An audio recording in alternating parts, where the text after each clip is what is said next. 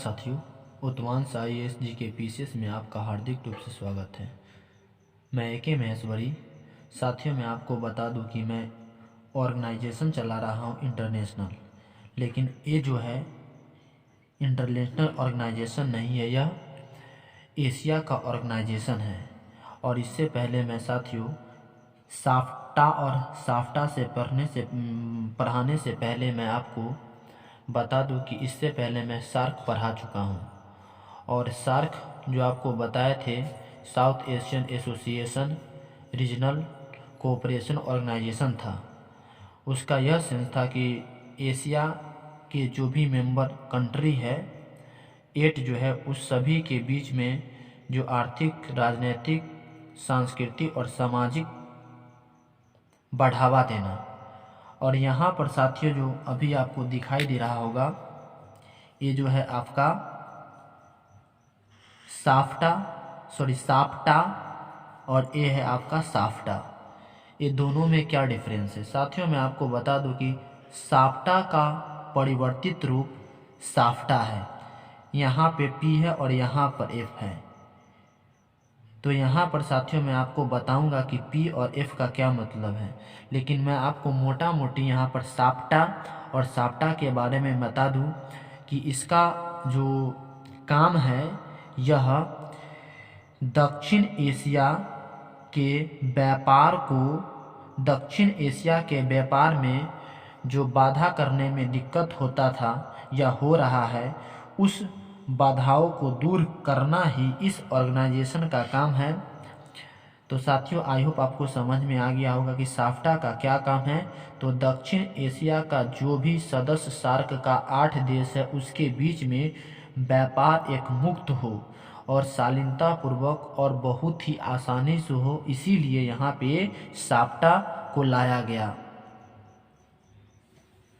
SAFTA का जो संबंध है वह सार्क से है, और साफ्टा के बाद साफ्टा आता है। तो साफ्टा का जो फुल फॉर्म होता है साउथ दक्षिण एशियाई प्रिफरेंशियल अधिमान्य या वरीयता ट्रेड व्यापार एग्रीमेंट समझौता। यानी इसका ओवरऑल अगर देखा जाए, साफ्टा का फुल फॉर्म था south Asian preferential trade agreement, दक्षिण एशियाई अधिमान्य वरीयता व्यापार समझौता।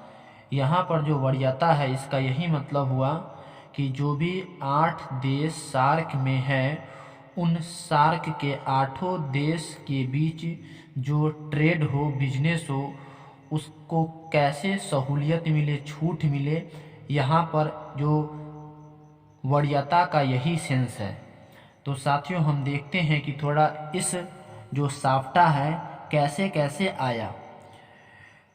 तो 7 दिसंबर 1995 को साफ्टा अपना स्थापना हुआ।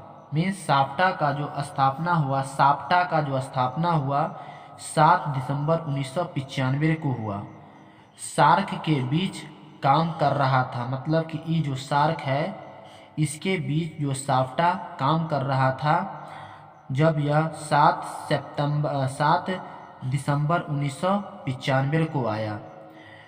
यहाँ पर जो साफ्टा है, साफ्टा के 8वें सार्क के जो 8वें शिखर सम्मेलन दिल्ली में हुआ था, इस दिल्ली में साफ्टा आया था। तो यहाँ पर साथियों आप ध्यान दीजिएगा कि जो 7 दिसंबर 1995 को भारत के न्यू दिल्ली में जो 8वां शिखर सम्मेलन हो रहा था, इसी 8वां शिखर सम्मेलन में ये साफ्टा निकलकर आता है। साफ्टा की स्थापना के समय मात्र 5 राष्ट्रों ने हस्ताक्षर किया था।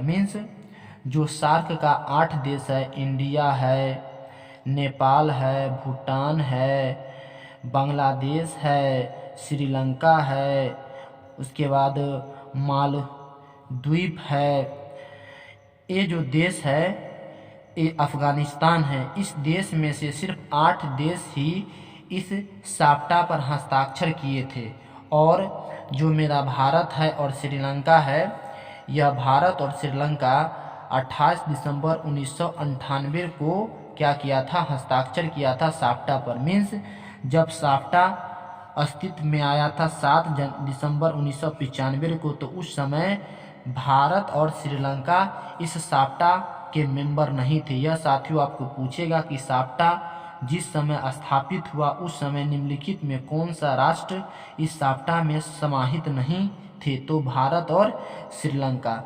तो सार्क के 8वें शिखर सम्मेलन दिल्ली में जो हुआ था, उसमें जो 1995 में जो हुआ था, उसी में ये साफ्टा निकल कर आया था। तो आई होप साथियों आपको समझ में आ गया होगा कि साफ्टा किस तरह से अपने अस्तित्व में आया। और इसका यही काम है कि दक्षिणी एशियाई राष्ट्रों के बीच एक व्यापार हो, जो भी आयात हो उस आयात पर जो प्रतिबंध बहुत कम से कम हो, ताकि सभी देश एक दूसरा से मिलकर उन्नति और प्रगति के मार्ग पर अग्रसर हो सके। अब यहाँ पर साथियों ये जो साफ्टा है, इस साफ्टा के हम एम को देखेंगे। मीन्स इसका जो ऑब्जेक्टिव है, गोल है, क्या है। दक्षिणी एशियाई में व्यापार संबंधी बाधाओं को दूर करना इसका प्रमुख काम है साफ्टा का।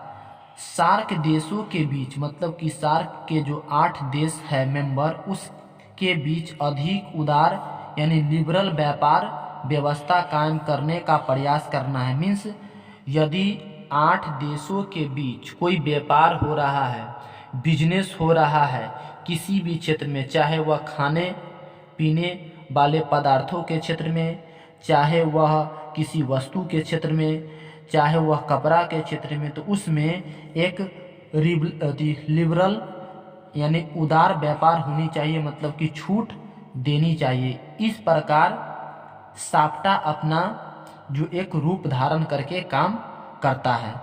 लेकिन ये साफ्टा जो है बदल जाता है और उसके बाद इसके स्थान पर जो साफ्टा आता है, तो यहाँ पर साथियों एफ दिखाई दे रहा होगा, जबकि यहाँ पर आपको पी दिखाई दे रहा है। तो यही पी जो है साथियों एफ में कैसे कन्वर्ट होता है, अब इसे हम देखते हैं। साफ्टा या साफ्टा दो व्यापार संबंधी बाधाओं को दूर करने वाला एक प्रावधान यानी प्रोविजनल दक्षिणी एशियाई क्षेत्रों में है। कहने का मतलब कि ये जो साफ्टा या साफ्टा जो है, यह एक 2 संगठन है जो दक्षिणी एशियाई के जो सार्क के 8 सदस्य है, उस सदस्य के बीच में जो भी व्यापार संबंधी बाधाओं, रिस्ट्रिक्शन या रुकावट होगा, उस रिस्ट्रिक्शन को हटाने का काम यह साफ्टा या साफ्टा करता है। बाद में चलकर ये साफ्टा आएगा। साफ्टा के बाद नीचे साथियों मैं आपको बताऊंगा कि किस तरह से साफ्टा अस्तित्व में आता है। तो यहाँ पर आपको समझ में आ गया होगा कि इसका जो वर्क है, दक्षिणी एशियाई के जो 8 सदस्य यानी सार्क के जो 8 सदस्य हैं, उन 8 सदस्य के बीच जो व्यापार होगा अच्छा से होगा, कोई भी आंदोलन या झगड़ा लड़ाई नहीं होगा, मतलब सहूलियत से व्यापार हो, यही काम इसका है। प्रावधान का साथियों जो अर्थ होता है किसी कार्य हेतु अनुकूल परिस्थिति, मतलब कि यदि भारत नेपाल से कोई व्यापार करता है तो भारत का सामान नेपाल में बेटर तरीका से पहुंचे और वहां का गवर्नमेंट भारत के कोई भी सामान पर ज़्यादा रिस्ट्रिक्शन न लगाए। इसके अपोजिट नेपाल का सरकार यदि भारत के कंट्री में कोई सामान भेजे तो भारत सरकार उस पर ज़्यादा से ज़्यादा रिस्ट्रिक्शन न लगाए। यही साइकिल सार्क के 8 देशों के बीच चलता है। साथियों मैं आपको बता दूं कि ये जो साफ्टा है और साफ्टा है, यही सार्क का एक सब बॉडी हुआ, मतलब कि उस सार्क में जो भी देश है उसके व्यापार को सुचारू रूप से चलाने का यह एक ऑर्गेनाइजेशन है। जैसे कि एक कार हुआ, उस कार को सही रूप से चलाने के लिए उसका स्टीयरिंग चाहिए, गियर चाहिए और हैंडल चाहिए। तो इसी तरह से शार्क को चलाने के लिए साफ्टा और नाफ्टा एक गियर और एक ब्रेक और एक हैंडल के जैसा वर्क करता है। तो आई होप साथियों आपको समझ में आ गया होगा। साफ्टा के थोड़ा और मैटर हम देख लेते हैं। ये जो साफ्टा है इसकी जो स्थापना हुआ था 6 जून 2004 को हुआ था। साथियों ये डेटा आप थोड़ा ध्यान दीजिएगा क्योंकि एग्जाम में ये डेटा को पूछा जाता है। साफ्टा कब रंग में आया था? तो 6 जून 2004 को, जबकि साफ्टा जो आया था 7 दिसंबर 1995 को। मैं आपको बैक पेज पे पढ़ा चुका हूँ।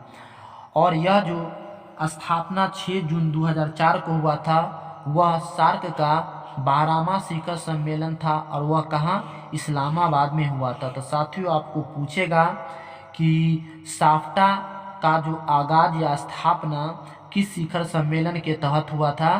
तो 12वां शिखर सम्मेलन इस्लामाबाद में हुआ था। बट साफ्टा का जो आगाज हुआ था वह 8वां शिखर सम्मेलन भारत के न्यू दिल्ली में किया गया था, वहाँ हुआ था। और कब? तो 1995 को।